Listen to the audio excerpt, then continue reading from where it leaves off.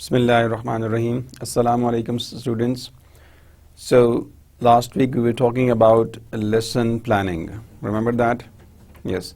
It was our last lecture and we started talking of what is a lesson plan, what is the importance of lesson plan, and why do we need an effective lesson plan.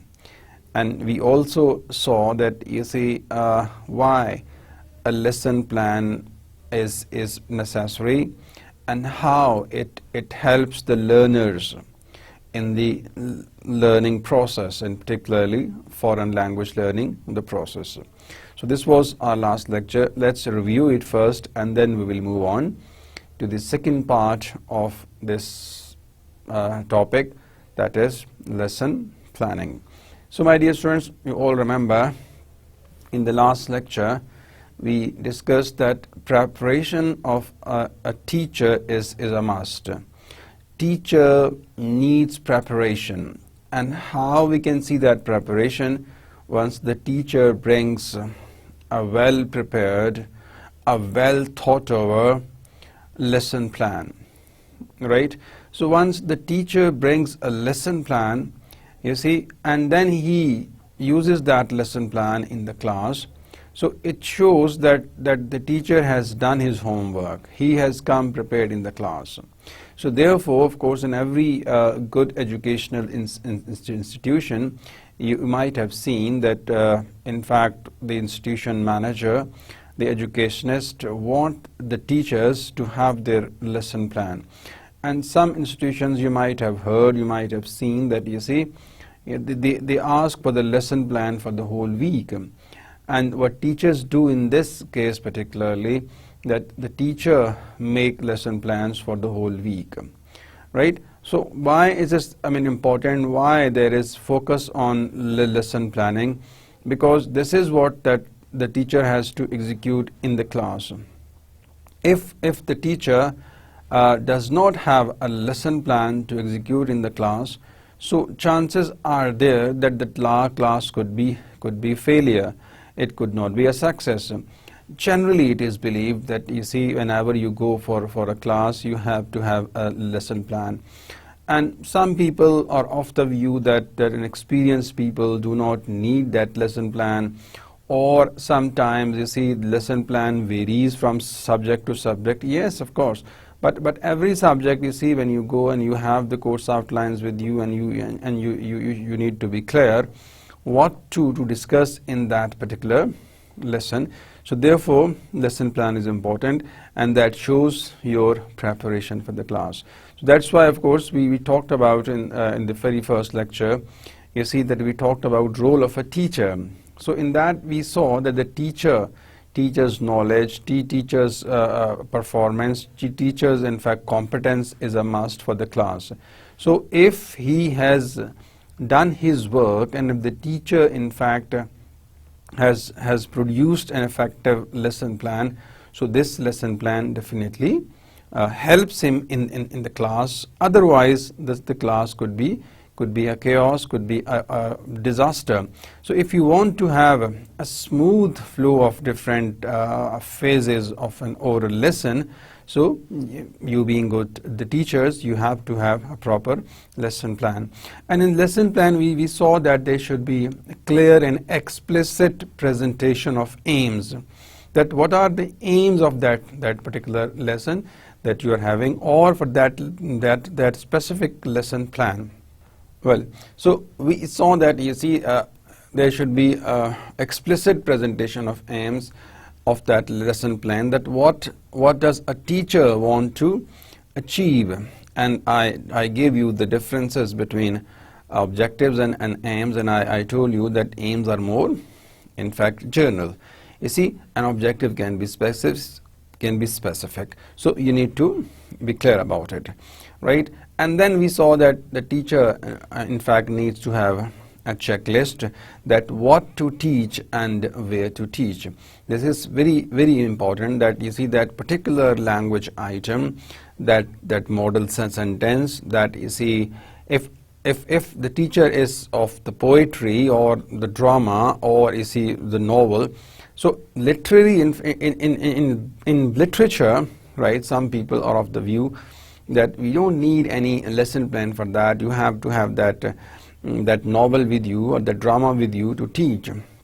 But again, if you see, but we are talking about teaching language, of course, teaching English as a foreign language.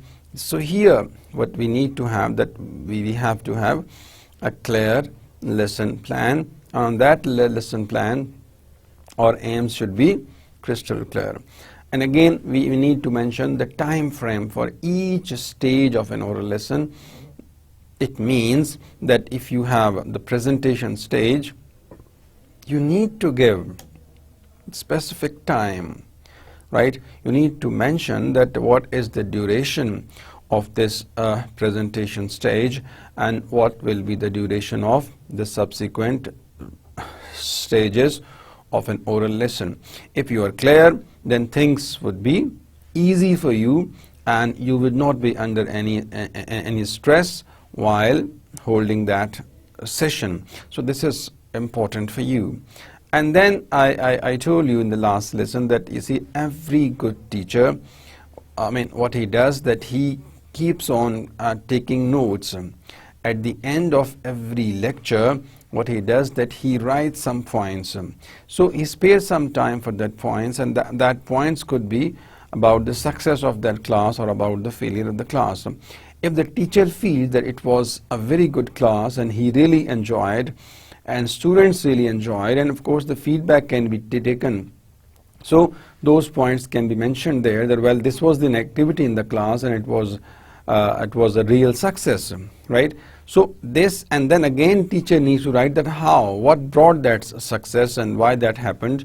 So with that, because teacher is fresh then after the class and things are clear to him, so he can write those points, and why these points are required, why this information is required, because if it is a success, so I mean the teacher tries that activity again, and if he feels that, of course, for many times an activity can be a success, however for another class it can be a failure, or again it depends on the understanding level of the audience or the age of the audience or the background of the audience. So it depends, it varies, right? But if you feel that one activity is a success for a large sample size, so we can say that, we can generalize that it is, I mean, good activity. Like you see so many activities we talked about, we talked about games, we talked about role plays, we talked about discourse change, and we'll be talking about these things. So why we still consider these activities an important part of the language class? Because people have used them for ages and they have found them successful, right? And that's why we still, in fact, when we hold classes, so but we do that, we in fact make students work in groups, we make students work in pairs. So this is what, because these activities have been used for ages, for years, and educationists and the teachers of foreign language, they have accepted them that these are, see, really good activities, and they really help the learners learning the foreign language. So this is what important, that you see what you do. You keep a record for the future reference, and you keep on updating that, you keep on improving it. And then of course you see that what aids do you have, of course, which teaching aids that you have. It's really important. Mind you that we will have a session on that, use of effective teaching aids in the class. We'll have a lecture also on that. And then of course when you make a lesson plan, you anticipate the problems of the students, the problem of the learners. And again, of course, I mean here the problems can be cultural problems, problems can be linguistic problems, these problems can be situational problems. So again, it can be, I mean, we can call it resource problems. So these problems the teacher must anticipate in the lesson plan, and how to address them, how to fix them. These things, I mean, the teacher, of course, he keeps in mind. And then what is the concept, what to teach, and what would be the procedure. It is very important that the procedure is the sequence, how to achieve it. I mean, what to teach is simple, but how is what the procedure, right? Which activities would you we would use, and what would we do in the presentation stage, and accordingly, in fact, what would be, how would we make our students the practice, right? And then how we make our students produce in the production stage. So this is what you see in a lesson plan. The teacher in fact needs to be clear about it, that of course the aids, the teaching aids, then what are the anticipated problems and how to address them, and of course what is the concept, and of course the procedure. So this one is in fact our last lecture which we talked about, and generally we saw that how to improve our lesson plan, what are the different suggestions, if you remember, and then of course we discussed that what to include in your lesson plan. This was where. And today's our of course lecture is the second part of this lesson plan, influences on the content of the lesson. Of course on the lesson mean the lesson that you are going to teach. So what influence, right? I mean, what can affect your lesson? So if I ask you, can you answer my question?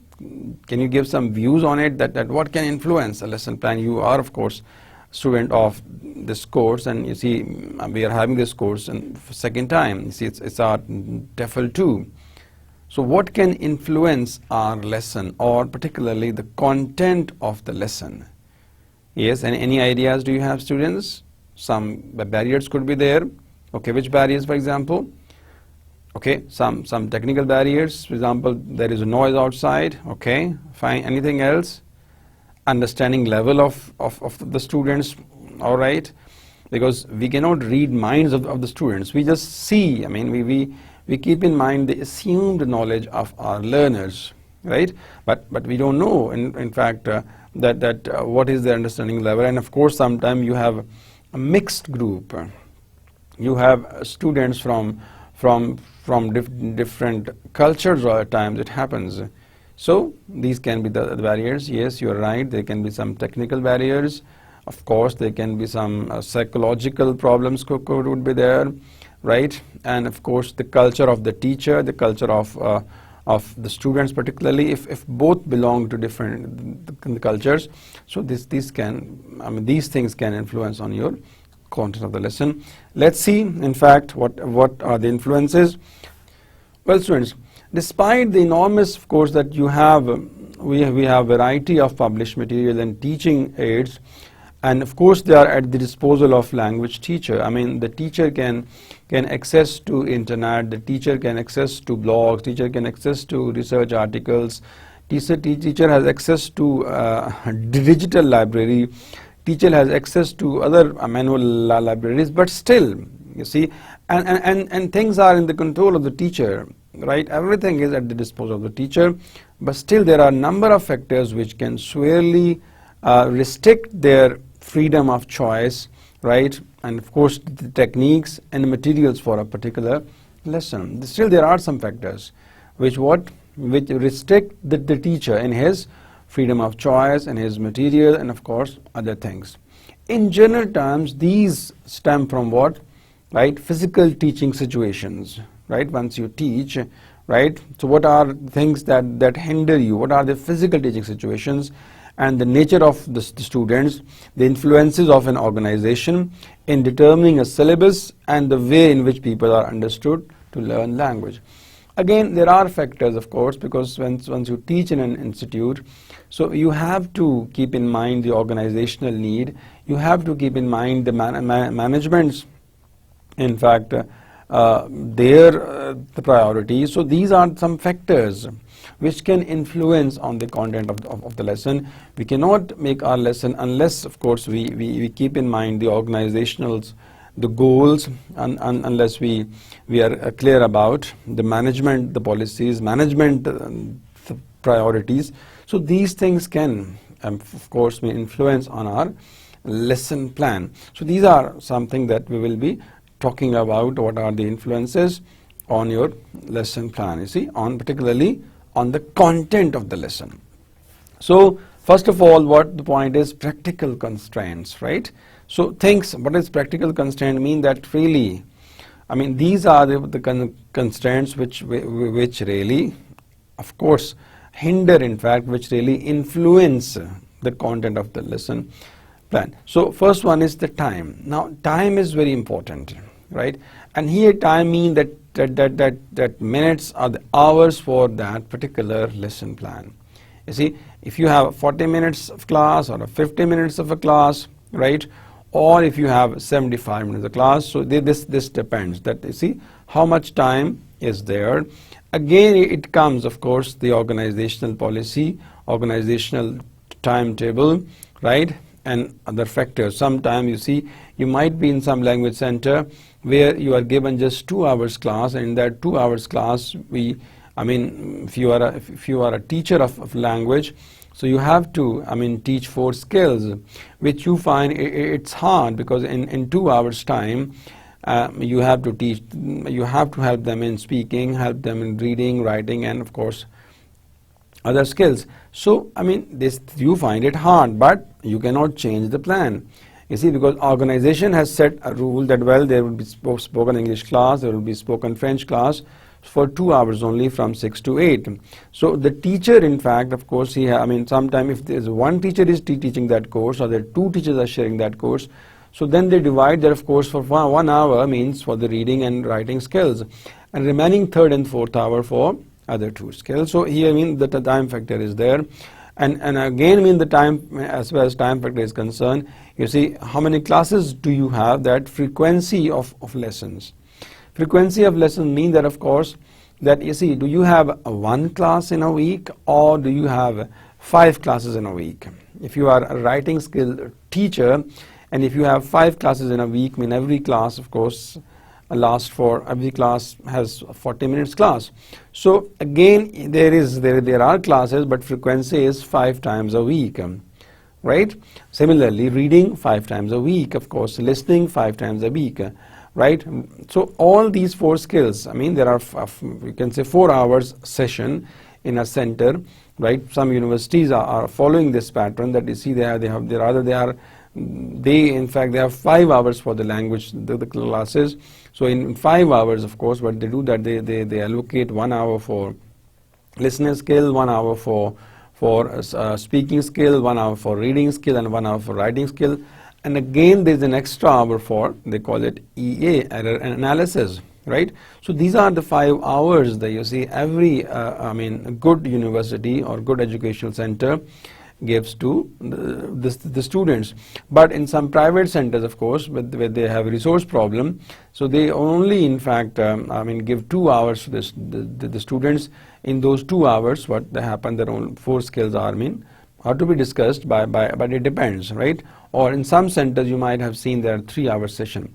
But some good universities, you see, there are the classes, and 5 hours morning, and maybe 5 hours in the evening, if you adopt for the morning or if the evening shifts.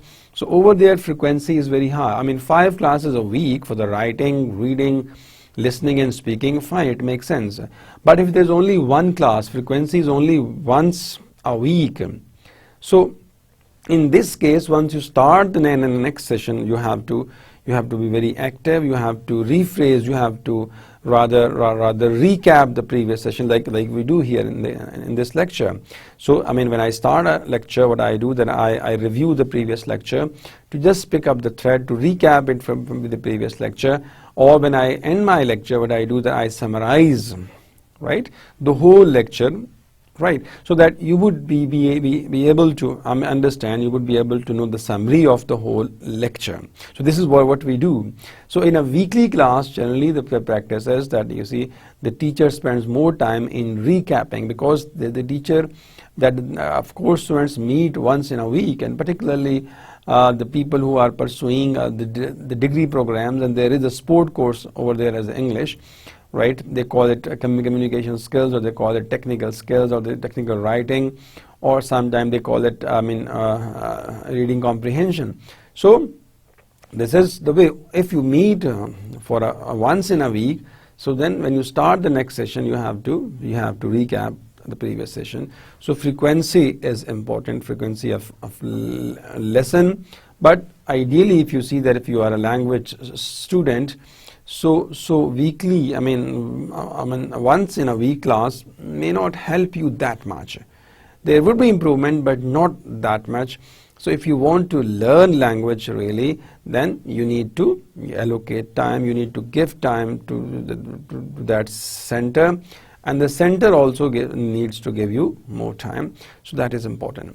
Another important point is, as far as physical practical constraints are concerned, is the time of the day. It is very important.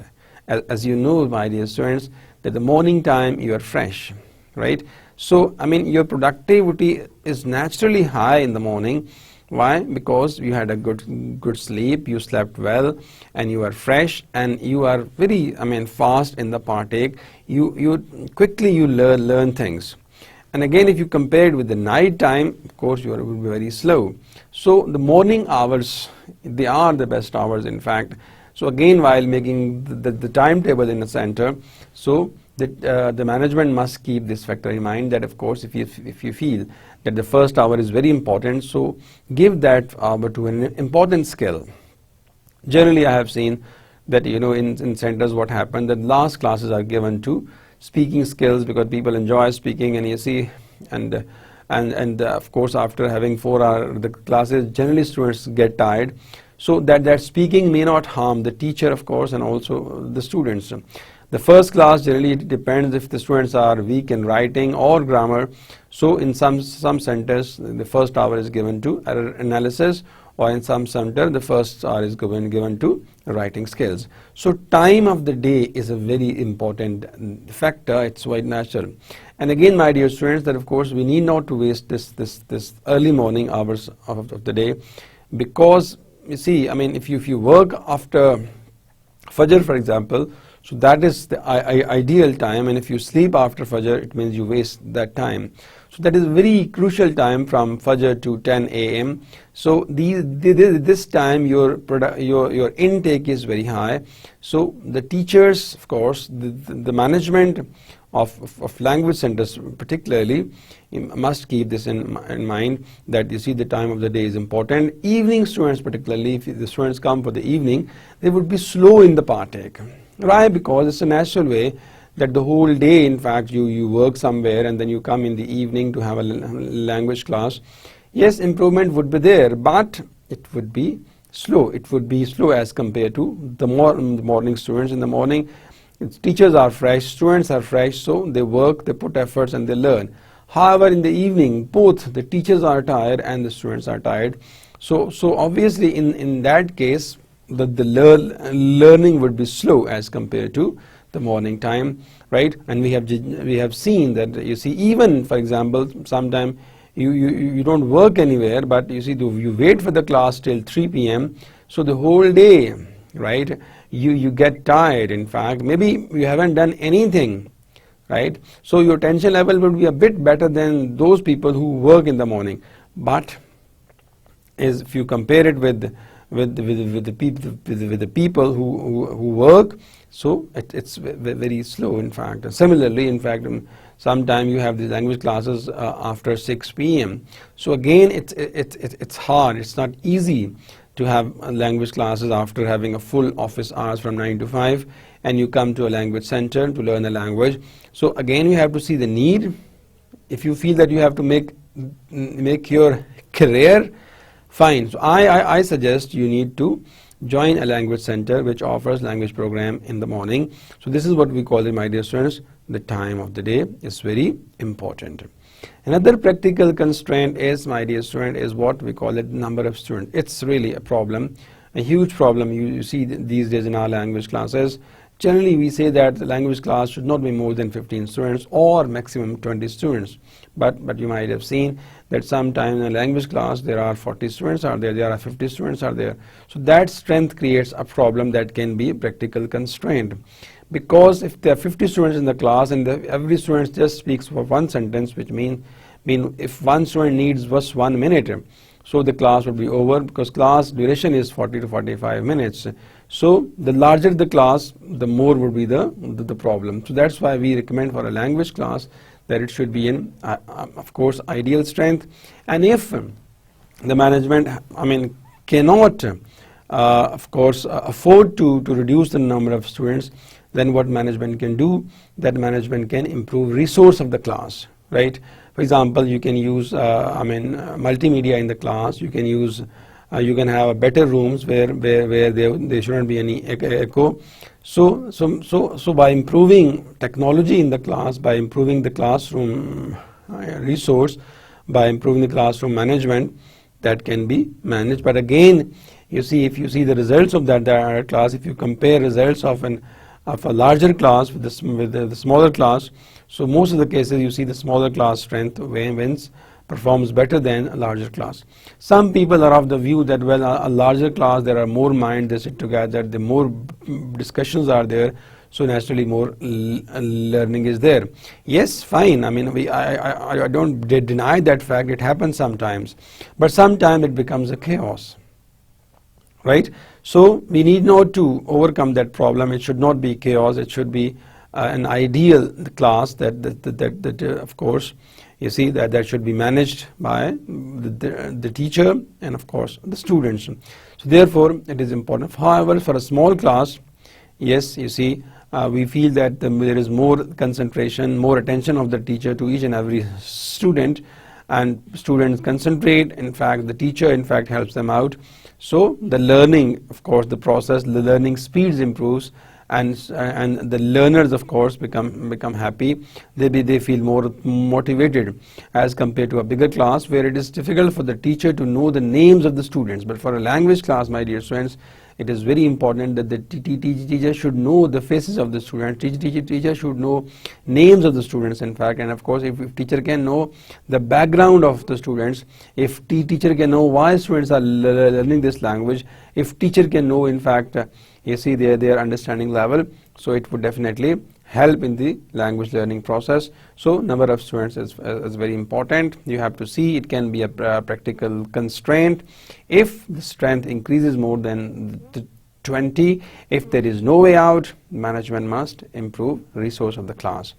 Then availability of aids, of course, I told you, my dear students, that you see that the language class must be well equipped with the necessary teaching aids. If it is a listening class, there should be proper mic, there should be proper multimedia, or if there is no computer available, then there can be cassettes and all that. So properly, in fact, the language class, if it is not well equipped with available aids, so it can be a problem. Like generally it happens, see, when you start a language program, you have to have a resource, and if you don't have a resource, then you cannot run that language program successfully. So if you are in the mind to have your own language center that you can run easily, so what you can do, my dear students, yes, simple, make available the available resource, the teaching aids of a language center. So it's not expensive. You say you need one computer and of course a mic.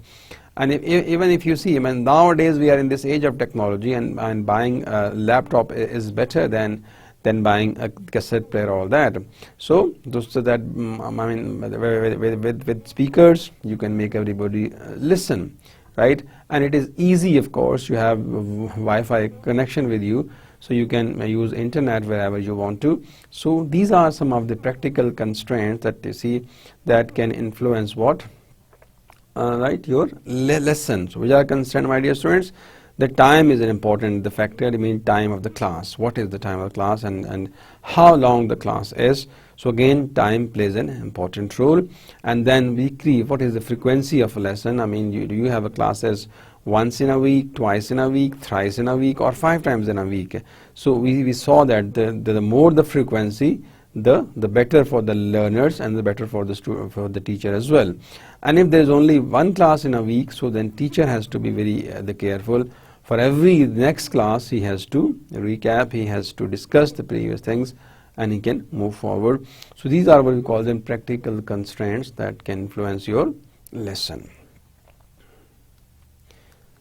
So another important the point is, you see, that is what the teacher, right?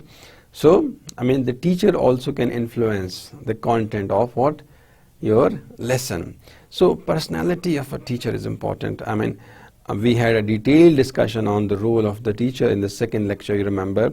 So teacher, in fact, needs to be role model for the learners. If the teacher is teacher of a foreign language and if he communicates in L1 in the class, so students would definitely copy him. So the first thing is that with the teacher's personality, that how teacher look.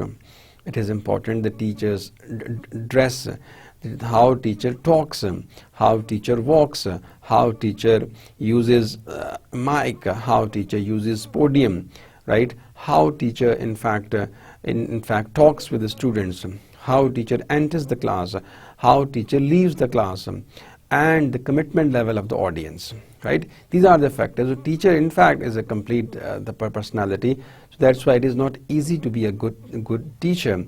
I mean, people are in this field, but you see, if you do a survey, you will come to know that you see only 10% are really good teachers.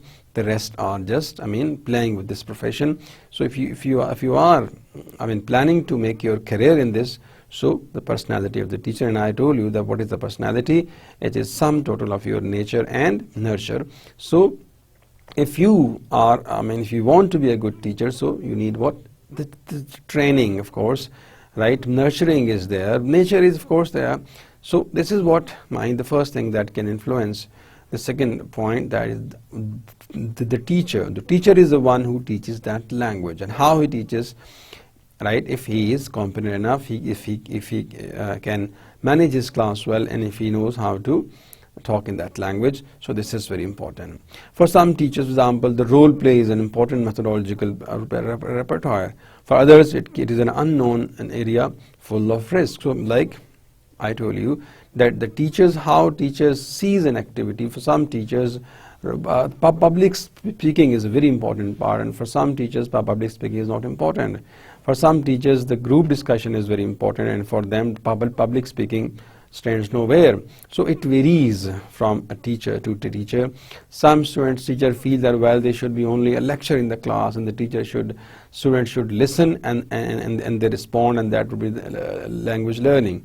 But again, you see, if you are a trained teacher, if you are a TEFL trained teacher, then you would not believe in that. You would say that, of course, that when you teach, your intention is to make your learners speak that language, and if you fail to do that, it means you are not a good language teacher. It means you are not, in fact, coming up to the expectation of the institution.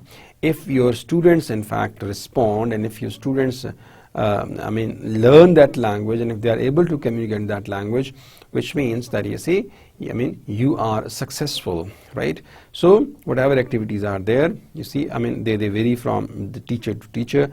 Some teachers are there, they try to create new activities, and it's a really good thing. And of course, attitude of a teacher is important. That of course, positive attitude, its commitment level, right, is very important. And if the teacher is not committed, so it can influence the content of the lesson. So teacher's loyalty, teacher's commitment, his punctuality, right, his in fact devotion for this profession is very important. So passion for teaching is a must. If you are a teacher by choice, of course, this is very important. But if you are a teacher by force or by constraints, so then you cannot do well in the class. So some of you, if you want to be teachers in your life, in your career, so then you need to develop this passion for teaching, and really it's a great profession. Right? It's a really great profession.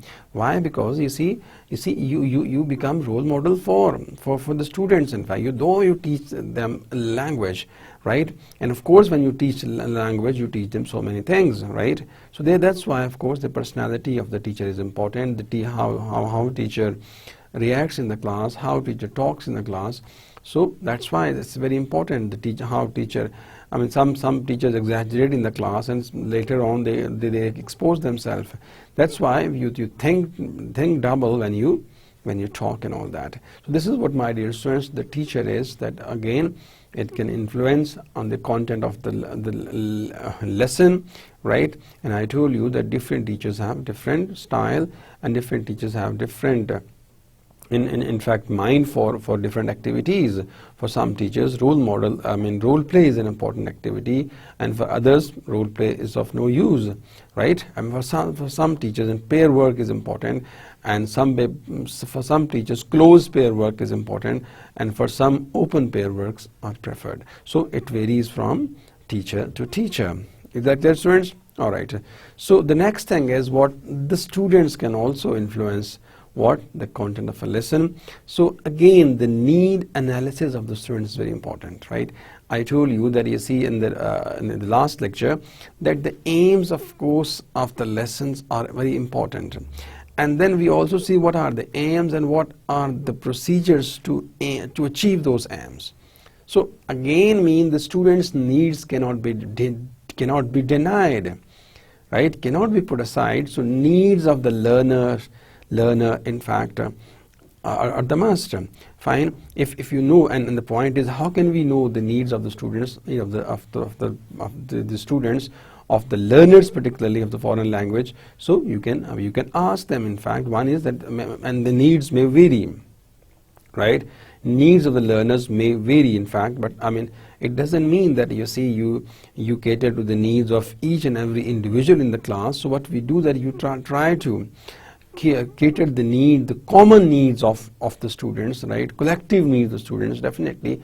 Majority of the students right, in fact, are trying to communicate in that language. So of course, some of them are trying to improve that language to go abroad, and some of them are trying to improve language to work in their offices, and some of them are trying to improve the language to be a CSR, and some of them are trying to improve the language to be in the call center. So every learner has a different need, but overall all the learners want to be fluent in that language. So therefore, of course, the needs of the students are very important, and this can affect on the content, because if we cater to the needs of each and every student, then it seems a difficult task, because there are 20 students in the class. So 20 needs, maybe of course that the needs can vary. So what we do, we have a solution is that we keep the common needs of the students in mind. So that is important, and then for that we perform need analysis of the students. And how can you get data for that? Of course, when you induct students, you can interview students, and that test can place, for example, if the 10 students have one specific need, so they can be placed in a separate group. Or there are 20 students, in fact, they all want to be in a call center, so their needs can be common, so they can be placed in a separate group. So interviewing process, or the what we call it, the process of admission is very important for the language the classes. In private center, you might have seen that they don't have this process, so ultimately their success ratio is low, right? They cannot help students as those institutions who really conduct their tests. They check their understanding level, and then they place them in a specific group. So this is very important for a language class, my dear students, that the needs analysis of the students are to be conducted, and as per the needs of the learner, lesson plan is designed. So the needs of the students can influence on the content of the lesson. Then age and interest of the students are very important. You see that adult teaching, like you see, we call it there is a Cambridge offered course, CELTA. You might have heard the name CELTA, CELTA. So Certificate in English Language Teaching for Adults. So teaching to adults and teaching to youth and teaching to children, yes, of course, is important, right? So age is a factor. Teaching to adults, yes. See, when you teach adults, so you need to keep so many things in mind: the age of of course those adults, and we know that of course the learning process slows with the passage of time.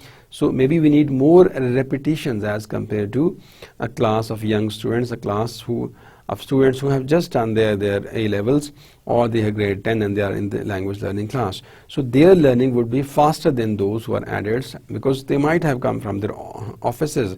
In their offices, there is no culture of that language. So first of all, it is, first you have to change their mind.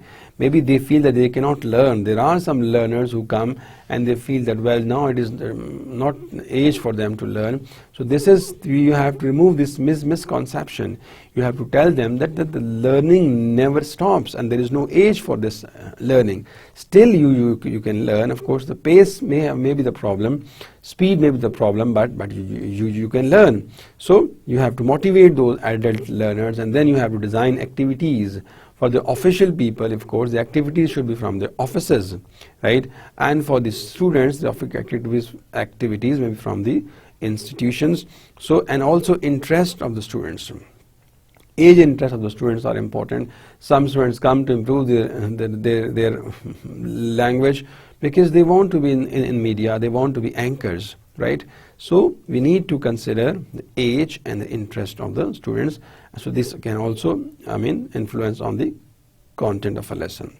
Another point is attitude and personality of the students. Again, it's very important, right? When you teach in a class, what happens that you find definitely different students. Some are very good students. In fact, some are very respectable students. But again, there are some who are troublemakers. So it's very easy to manage good students, but it is tactful to handle the troublemakers in the class. So you have to be very careful. Sometimes these troublemakers need your regard, your love, and you can handle the situation, right? So here, this comes under the classroom, the management, right? So therefore, the attitude of the students and their personalities are important. Some students are really serious in learning, and you can easily motivate them, and they start and they put effort. Some are the problematic students. They need motivation, they need love, and they need proper management, and you can easily help them out. Mixed ability classes, yes, again, it's a problem that it would be very ideal if you have a class with the same ability. So it's quite natural that you have the students and they have different abilities. So again, you have to see here in this case, how this can affect the content of the lesson is that, you see, when you make your lesson plan, see, so what you have to keep in mind, the shining, and also keep in mind the weak students, right? So considering the weakest link in the class is also important. It does not mean that you almost ignore the shining students. You have to more motivate the shining students. You have to give encouragement to the good students. Okay, go on and tell them the way you can excel. And then, of course, you have to help them out, help those who are the weak students in the class. So this is very important as far as the students are concerned, their ability, the culture, their age level, their gender, and particularly when the system is a co-ed system. So over there, you see, if the self-respect of the student is very important. So in a language class particularly, you see, you respect the students, in fact, and you try to be the courteous in the class, right? Discipline is there, of course. There's no compromise on the principle. Even when you have to punish the students, so there are ways to punish the students, right? That which means so that so that your message would be conveyed and the learner would understand, right? That's why when you have to punish the students, right, for some reasons, for example, one can be the punishment that you are talking about something and you feel that there is no attention. In the meantime, you can ask the student, what was the last thing that you said? So then maybe the next time you may have maximum attention of the class. So this is what, my dear students, that is another, of course, factor that can influence on the content of the class. Another one is, my dear students, what? Motivation and maintenance of interest. So motivation and the maintenance of interest, it can also influence on the content of the lesson. Context is very important, right? So I told you that, you see, whenever you teach language item or whenever you plan your lesson, so you need to contextualize that item in a specific context.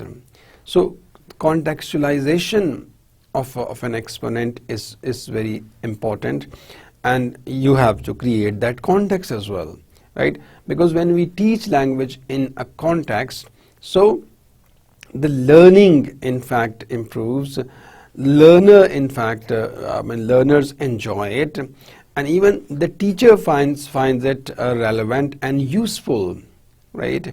So you have to create a situation, right? So this can again influence on the content of the lesson, right? So that's why the context is important, and I told you that context changes the meaning. In fact, context is what? The situation. What is the exact situation, and what in this situation which language, right, we need for it. So that is very important as far as your lesson is concerned, and this can influence on the content of the lesson. It is what? The context, right? Content and context are two things. Now what is the difference? Content is your subject matter, right? And context is that situation. For example, there is a situation that there is a class and the teacher needs to give instructions to the students. Now the teacher uses imperatives, right? So what is it? That the content is what? Using imperatives. And situation is that maybe the students were making noise in the class, and the teacher enters the class, and initially in fact he scolds the class, right? And after scolding, maybe he gives some directions. So I hope you got the situation. Giving imperatives, in fact, maybe he scolds initially, of course, because they deserve that scolding. So there was a situation was created, and sometimes you create a situation and sometimes it is created artificially, in fact, or it is created naturally. At times you create a situation, and at times it can be created naturally. For example, you have to talk about weather, you see, and it's raining outside, and you go out and talk about raining, right? And you talk about hailing, maybe hailing starts hailing after some time, and you talk about hailing, then maybe there's a thundering, and maybe there's lightning. So what? That there is, the weather was bad outside, it was raining, it was hailing, it was thundering, it was lightning, and there is a situation, right? So therefore, that you see, language teaching in a context is in demand. So being a student of this course, the context is important. It doesn't mean that content is aside. Content is important as well, but the context, of course, if you teach a content in a particular context, so then naturally you would be successful, in fact, a successful teacher. So my dear students, when you prepare your lesson plan, so that can influence on the content of the lesson plan, that context, that how to create that context. And here you have to think again, of course, you have to think to create a particular the context for language teaching. So sometimes you may not find, of course, sometimes or you find it hard to create a context. For example, talking about a river, right, or talking about a dam, and maybe, of course, if you take the student to the dam, it's fine. If you can't take them to the dam, so what you can do is that you can bring a video, of course. So that can be shown, and then you can tell them, well, let's go to Tarvela Dam, let's go to Mangla Dam, and then of course you can ask question and elicit what to take with you, in fact, right? Which costumes are required, and how far is it? Which vehicle we should hire, and this and that. So what is it? The context is important. So this context can influence on the what contents of a lesson. Then relevance and meaningfulness of a lesson again is important, because if the lesson is not relevant, so it, first of all, it demotivates the teacher, because teacher gets the message and faster than the student. Teacher gets the message earlier than the student, right? So this is very important, that when you make a lesson plan, and you need to be relevant, you try to be relevant, right? So this relevance is important, and if you are not relevant, that can influence on the content, right? Because relevant teaching, naturally it motivates the learners, and if it is not relevant, it demotivates, right, the learners, and it demotivates the teacher as well. So that's why when you make your lesson plan, so what you do, that include relevant language items, that language to, relevance to what? Again, relevant to the needs, again, the needs analysis of the students. So the content that you are teaching to the students must be relevant, student must need those things. And then of course meaningfulness of lesson, right? A lesson must have a meaning. In fact, meaningfulness means that understandable, right? That of course, if the students find them, of course, complex, if there is no meaning, the teacher has to make it meaningful. There must be meaning in that lesson, of course. So it means that, you see, if we talk of, the things which cannot be the possible, right? So, for example, talking about aerospace, right? And if the teacher the students have never heard about that space, so those things would not be meaningful for the learners. And again, the needs of the learners must be catered, right? And if you cater to the needs of the learner, so naturally what happens, it can influence on the content of the lesson. And then motivation and interest of the learner is also important. You need to motivate your students. Motivation is a must, right? Motivation is, of course, in the first stage we talk about the warm-up stage. So motivation, right, can influence on the content of the lesson, right? How can influence? Of course, because motivation, with every stage, motivation is important. The presentation, of course, you need to motivate the students for the presentation stage, and keep on motivating for the whole stage, for the whole phase of that lesson.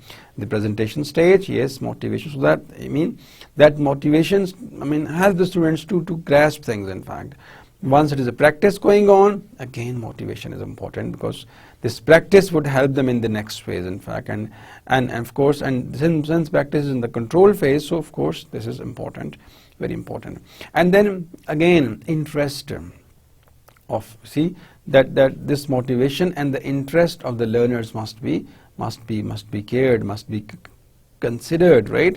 So because interest of the learner, if you cater, if you inquire the needs of the students, and if you keep in mind their interest of the learning that language, so you will feel that, you see, this can influence on the content. So when you think of when you plan your lesson for a class, so these things you must keep in mind, that how would I motivate the students if they get demotivated, or if they find it above their heads, how to help them out, or if they find that this content is not relevant, how to put them back. So these are some things, that is factors that can influence on the content of the lesson. Fine. Well, students, so there is another influence on the content of lesson, that is what? See, the influence of syllabus and exam. And you know, my dear student, that of course syllabus is important.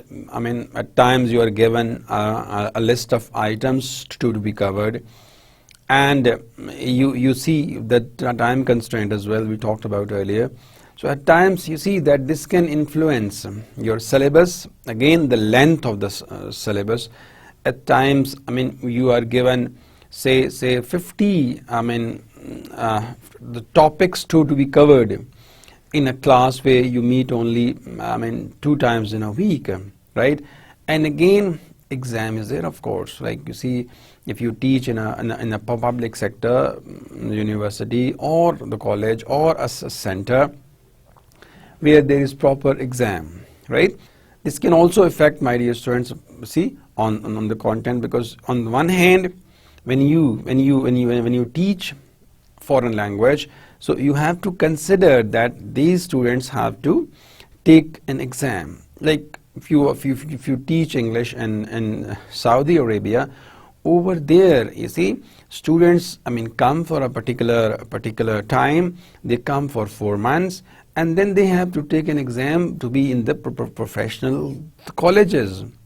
And even if you teach in Pakistan, if you are in a public university, for example, so what happens that you see you keep in mind that there is an exam, there is a midterm, of course, like that is a system, the policy of the university, that at the end of that program the student would be taking their orals, they'll be taking their written exam. So that can also influence on the content. You have to consider these factors as well, that this much is the content and this is the time I have to cover. So in this way, yes, sometimes it happens that you try to cover the contents and you have to prepare students for the exam. So at times, you see, you might have seen, you might have felt that because of that the schedule, the tough schedule, the teacher feels that he cannot help students, in fact, in the best possible way. So what he does, that in fact, initially he moves slowly, and then after some time he has to enhance his pace, and he gets the pace, and in this way sometimes you see students suffering in a way that they cannot practice language more, and they cannot produce language more, and because they become exam oriented.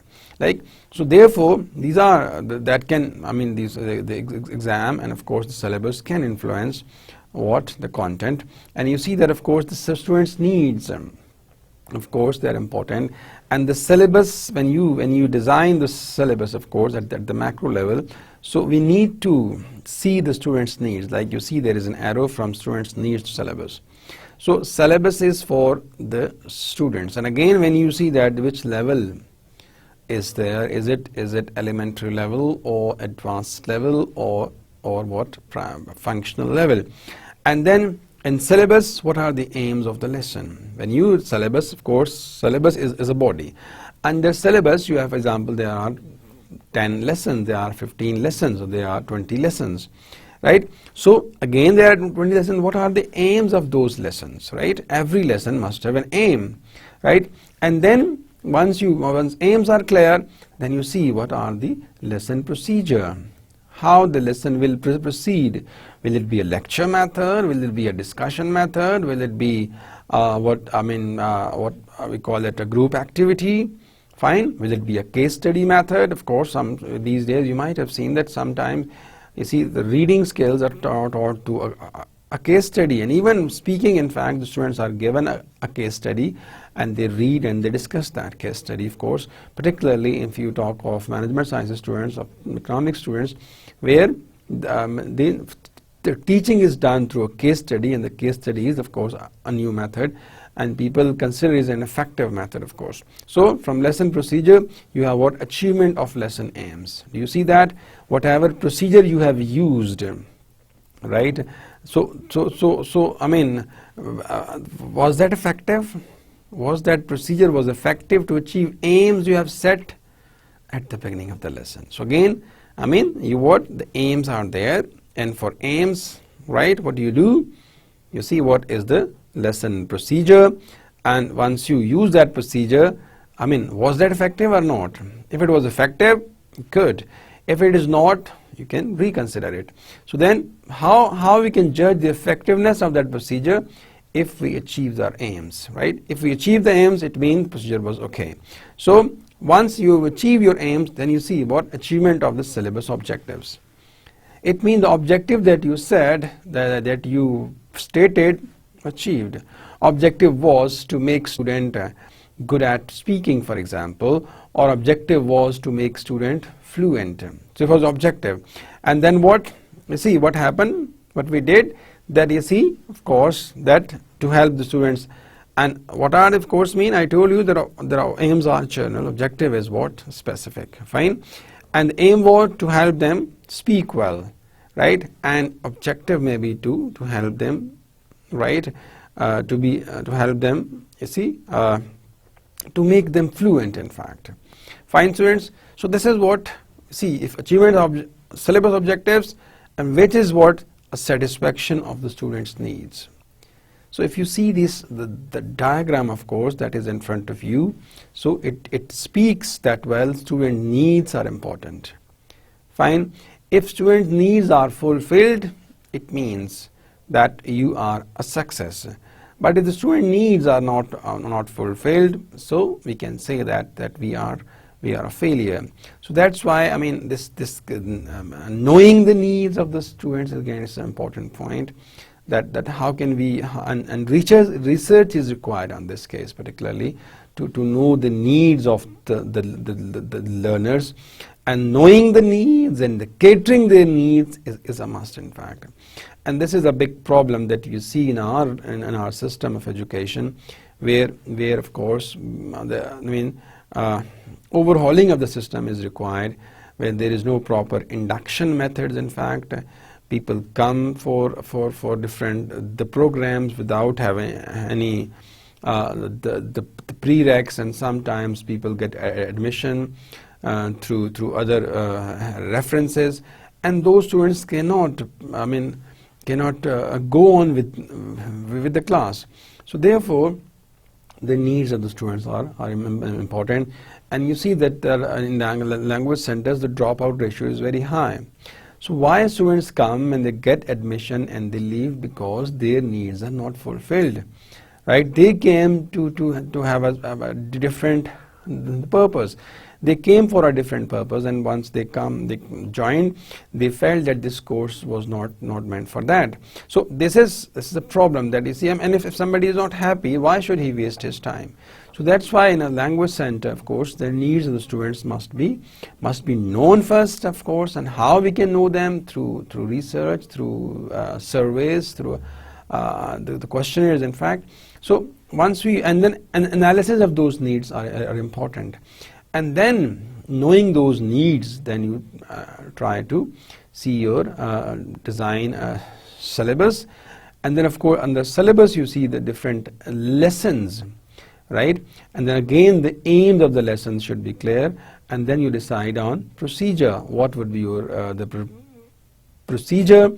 And then if the procedure works, if we can say that there is achievement of lesson plans, and once it is done, you can say there is achievement of syllabus objectives, and that satisfies the students. So dear student, this is what we can say, that how syllabus and exam influences the content of the lesson. So the key point in this slide that we talked about, that the student needs must be known, and then accordingly we make our syllabus and lesson plans and procedure, find an achievement of the procedure, and once we do it, it means that objective of the syllabus has been achieved, and if you do it, it means students are satisfied. So needs of the students must be satisfied.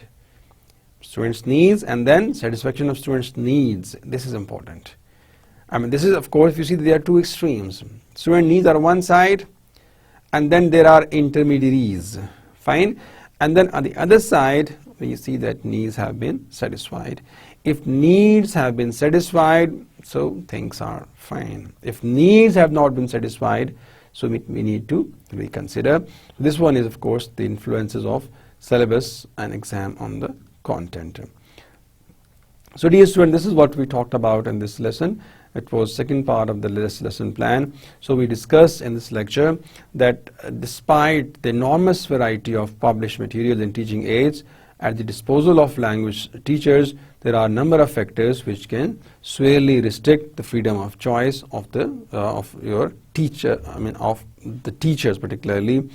And what we discussed in this way, that there are some physical constraints. In physical constraints, we talked about the time, we talked about frequency of lessons, we talked about the teacher, we talked about student, and we talked about motivation, we talked about the context, right? And we talked about in fact relevance of the material, and we also talked about the syllabus, in fact the syllabus and what exam. These are some factors, in fact, my dear students, which can influence on the content of your lesson plan, right? So therefore, I mean, if you talk about these few factors and what can we do while making our lesson plan, the point is why we talked about this, why we talk about these in fact influences on the content of the lesson, because when you make a lesson for your class, you need to keep in mind that what are the aims of this lesson, and of course, and the needs of the students, right? The beginning, in fact, if I rephrase myself, needs of the students must be taken, must be considered, and then fine, of course, in the light of the needs, then you make plans to satisfy those needs. And in this, there can be some constraints can be there can be some physical constraints, right? And we need to know those physical constraints, and we need to know how they influence on the content of the lesson. So with this, it's time to say goodbye. See you in the next class. Please review the previous lectures once we move on. Thank you very much.